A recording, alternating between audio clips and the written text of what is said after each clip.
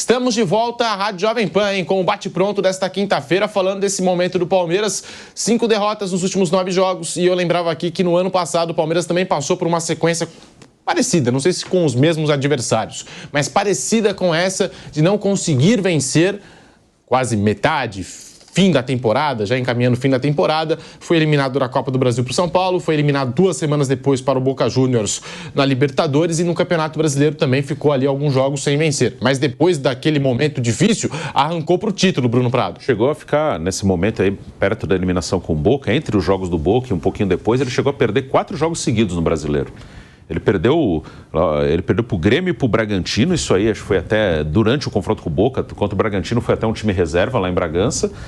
E depois ele perdeu para o Santos, em Barueri. Logo, o primeiro jogo pós-eliminação para o Boca foi contra o Santos brigando para não cair e acabou caindo. E o Palmeiras perdeu em Barueri para o Santos. E depois, de virada. E depois perdeu para o Atlético Mineiro em casa, que até a derrota para o Vitória, agora no Brasileiro, tinha sido a última derrota do Palmeiras no seu estádio.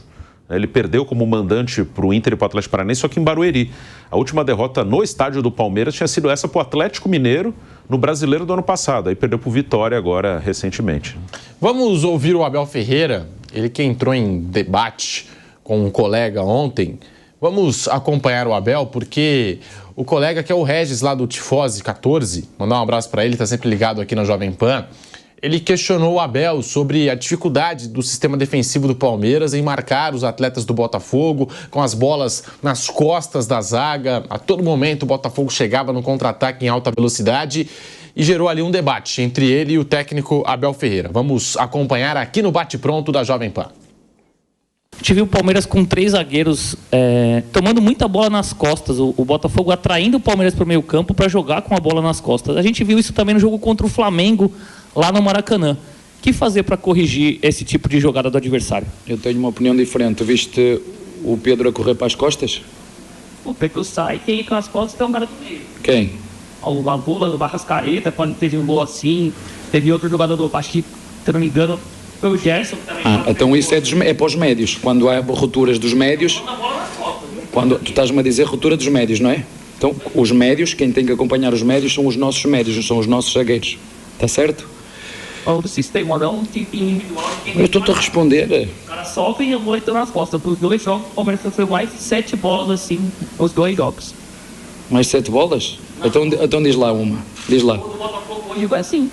Mas eu respondi ao teu colega a dizer-te o seguinte: esta equipa é fortíssima a atacar as costas. Mas não foi porque nós demos espaço. Sabes onde é que a bola entrou? Onde é que a bola entrou? Não, onde é que a bola entrou? O zagueiro e o lateral. E onde estavam os nossos zagueiros? No meio da área. Estavam na linha da área, certo? Então é impossível nós defendermos mais baixo. É impossível nós... Só se queres que eu meta os meus zagueiros dentro do golo?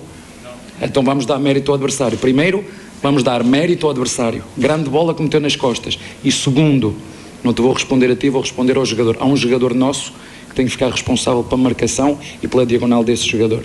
Está bem? Tá aí.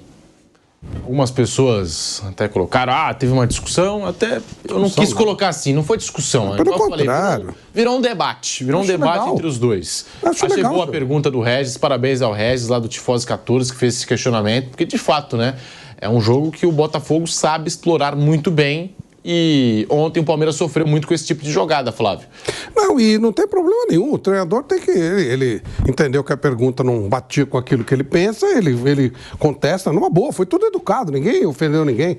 Você tem uma opinião, o treinador não é obrigado a concordar com o teor da pergunta, né? Não foi bem assim, foi desse jeito, eles dialogaram. Nossa, isso aí a gente fazia muito no tempo que não tinha tanto leão de chácara envolvido no meio das entrevistas. É a coisa mais normal do mundo. Você faz uma pergunta, o treinador, não foi bem assim, não foi e tal, e aí dialoga e cada um tira a sua conclusão. Achei ótimo isso, achei legal. E se for sempre nesse nível, acho bem legal. Acabar com aquela coletiva que você faz uma pergunta e não tem réplica, não, pergunta, dialoga, o assunto flui mais. Eu gostei, achei legal isso aí. Isso está cada vez mais raro, né? Mas o que o torcedor do Palmeiras está questionando, até essa fala do Abel Ferreira, que ele diz o seguinte, né? Não foi porque demos espaço. disse o Abel. E ele cita, né? Onde estavam os nossos zagueiros, né? Ele chega a citar ali, nessa aspa, o Palmeiras que sofreu demais com essa jogada do Botafogo. Luiz Henrique, que é um jogador de muita velocidade, se aproveitando aí das costas dos laterais. O Vanderlan ontem foi muito criticado pelo jogo que fez. Tinha gente até, quem diria, pedindo Caio Paulista nesse time do Palmeiras. E tinha gente pedindo também aí um outro jogador no lugar do Giai. Enfim, Bruno Prado virou discussão, não vou dizer discussão entre jornalista e repórter, mas teve esse debate e depois, né, a galera começou a discutir em rede social. Acho que o Abel, ele falou o que aconteceu na visão dele, explicando, uma característica do Botafogo, que usa muito essa bola mesmo, do jogador entrar em velocidade, tentar entrar em velocidade e atrás da linha de defesa do adversário. Então, assim, uma conversa de futebol, o repórter fez uma pergunta, o treinador explicou o ponto de vista dele, e normal, tudo bem. Aí essa coisa de ficar, tem que entrar esse, tem que entrar aquele, isso aí depende muito de ganhar ou perder, né? Pô, o Caio Paulista, quando saiu a escalação contra o Flamengo com o Caio no time, nossa, um escândalo, né? Como é que põe o Caio Paulista? E o Caio jogou bem contra o Flamengo, até acho que ele merecia uma continuidade, o que não quer dizer que ele não possa ser o titular semana que vem, é bem possível que seja, mas o Caio até uma semana atrás ninguém queria saber do Caio, né? Agora tem que jogar o Caio. O Giai, se não joga o Giai, quem jogaria? Jogaria o Marcos Rocha, que o Mike está machucado. Estavam pedindo fora Marcos Rocha outro dia, então assim, quando o time não está ganhando, sempre, quem que tá fora é que tem que jogar. Aí bota o que tá fora, não tem que jogar esse, tem que jogar o outro, que saiu. Então é assim, enquanto o time não tiver uma sequência, pode se acertar. O Palmeiras pode ainda fazer, se for eliminado da Libertadores, ficar só no Brasileiro, provavelmente ele vai crescer no Brasileiro. Ele vai ter mais tempo de treinar, de ajustar, de recuperar jogador, ele vai ter mais tempo para se dedicar ao Campeonato Brasileiro. E se o time começar a ganhar jogo com regularidade, isso aí vai desaparecer. Não vai ter esse questionamento, tem que jogar esse, não aquele. Palmeiras, na reta final do Brasileiro do ano passado, o time que embalou ali no final tinha o Breno Lopes de titular. É um jogador que já foi muito questionado, que eu também acho que é um jogador razoável mesmo, mas encaixou com ele ali e o time foi campeão com ele de atacante, então não é uma questão individual, não. E no ano passado, quando o Palmeiras passou por esse momento de turbulência, eliminações na Copa do Brasil e Libertadores, o Breno Lopes começou a ser utilizado também como titular, inclusive marcou gols contra o São Paulo, lembra? E teve aquele gol também contra o Fluminense, que foi, entre aspas, o gol do título, né? Contra o Fluminense, e teve o gol... Foi contra o Juventude, o gol que, enfim, ele desabafa, vai para cima, contra o Goiás, contra o Goiás, é verdade. Então, o Abel tentando arrumar soluções, a aspa completa daquilo que eu falei, que o torcedor do Palmeiras está questionando, ó. Abre aspas para o Abel. Esta equipe foi fortíssima em atacar as costas. A gente deu espaço. Sabe onde a bola entrou? É impossível termos a linha mais baixa. Só se eu meter os adversários dentro do gol. Primeiro, vamos dar mérito ao adversário. Há um jogador nosso que tem que ficar responsável por essa marcação, tá bem? Fecha aspas. Essa é a declaração do Abel Ferreira, torcedor do Palmeiras questionando isso, né? O Abel admitindo de alguma forma na entrevista coletiva que o Palmeiras deu espaço realmente. E citando um jogador que deveria ter feito a marcação, a cobertura.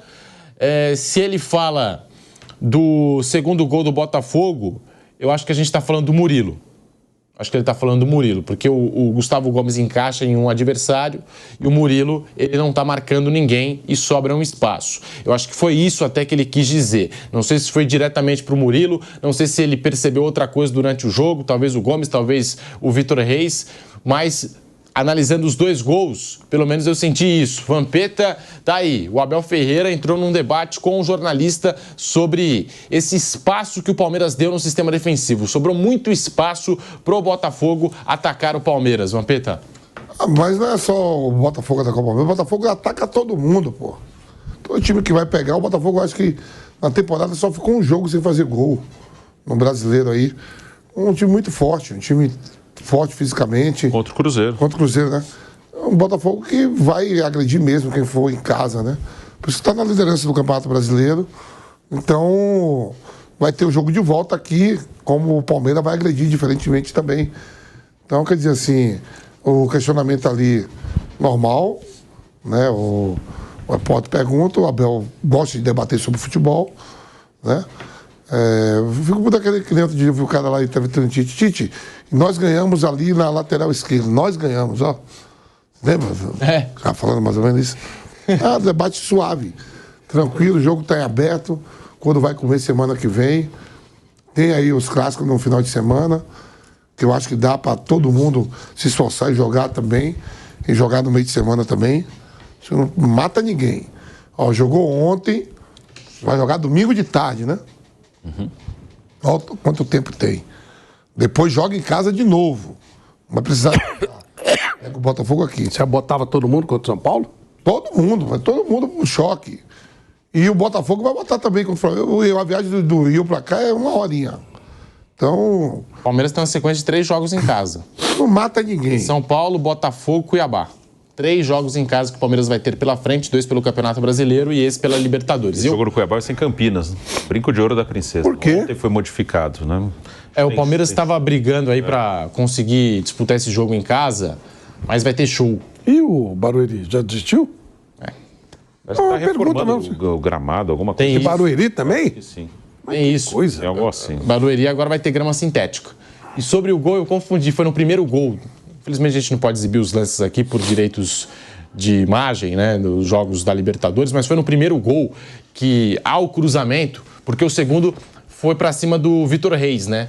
Que o Igor Jesus vira o corpo e finaliza. Foi no primeiro gol, no lançamento, que você vê que o Gustavo Gomes encaixa ali no atacante do Botafogo e o Luiz Henrique fica livre para poder marcar o gol. E o Murilo não estava marcando ninguém. Nesse encaixe que o Abel Ferreira citou, eu acho que ele quis citar o Murilo, é claro, se a gente for pegar só esse lance do gol.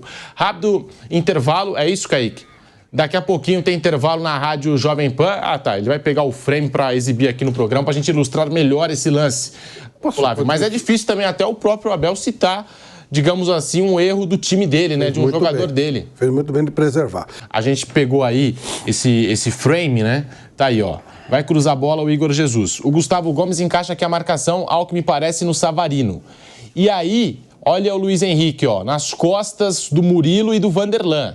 Murilo e Vanderlan, no encaixe ali da marcação, eu acho que foi mais por esse lance que o Abel Ferreira falou aqui, ó. Há um jogador nosso que tem que ficar responsável pela marcação. Tá bem? Disse o Abel aí nesse debate que a gente acabou de acompanhar com o jornalista, esse lance específico. Muitas críticas pro Vanderlan, hein? Mas o jogo surpreende até, porque o Vanderlan é bom jogador. O jogo é dinâmico, né? O Luiz Henrique é um jogador muito veloz. Essa jogada é uma jogada pensada, treinada. Então, você pega um jogador com a velocidade do Luiz Henrique... A qualidade do passe do... Claro, a qualidade formada, né? Igor Jesus. O Igor Jesus, exatamente, para pôr 2 gols. Pô, como é que você vai segurar? Existe um encaixe, existe uma coisa pensada, é verdade. Mas não é assim que funciona, não é tão... Senão não tinha gol. Senão o jogo... Aliás, aqui já tem muito jogo que termina 0-0, né? Aí quando sai gol, fica acontecendo gol. Faz parte, alguém tem que, sei lá, dar um vacilo, errar, ou alguém tem que ter uma inspiração maior, mas não é assim. Como é que... Né? Alguém tinha que marcar, mas o outro também tá lá, o outro tinha que se desmarcar. Então acho que tudo dentro da normalidade. Não vi falha gritante nesse gol, não. Sinceramente, não tem... Pra mim não tem falha gritante nenhuma. Tem mérito do time do Botafogo. Soube puxar, quando o Igor Jesus sai, ele traz a marcação com ele, aí o Savarino entra ao encaixe de um, o outro sobra, ele mete a bola para o jogador de velocidade. Tá tudo certo. E o Abel falou exatamente isso. Vamos ao adversário. Isso. Dá pra gente ouvir o Abel Ferreira também sobre o jogo de volta, hein? Porque ele projetou essa partida. O Estevão também falou depois do apito final sobre o jogo de volta na próxima quarta-feira, às 21h30 em São Paulo. Mas vamos começar pelo Abel Ferreira. Ele fala e você acompanha aqui no Bate Pronto da Jovem Pan. Em nossa casa vai ser diferente. Agora jogos nós não vamos cancelar jogos, vamos ter que jogar. O que fizemos, vocês conseguem ver os 2 centroavantes da equipa adversária? Conseguem ver como eles seguram a bola, como eles são fortes, como eles são possantes, como quando nós queremos ligar jogo com os centroavantes para ligar jogo, tivemos que mudar um bocadinho porque os nossos centroavantes, nem o Lopes nem o Rony, estavam a conseguir ganhar os duelos aos zagueiros deles e fizemos uma alteração diferente, abrimos um pouquinho os 2 da frente, fizemos uma substituição, depois fizemos outra, entendemos que devíamos tirar o Lopes e o Rony só intervalo, o Lopes saiu depois, e fizemos esses ajustes porque nós não estávamos a conseguir ganhar duelo nenhum aos zagueiros.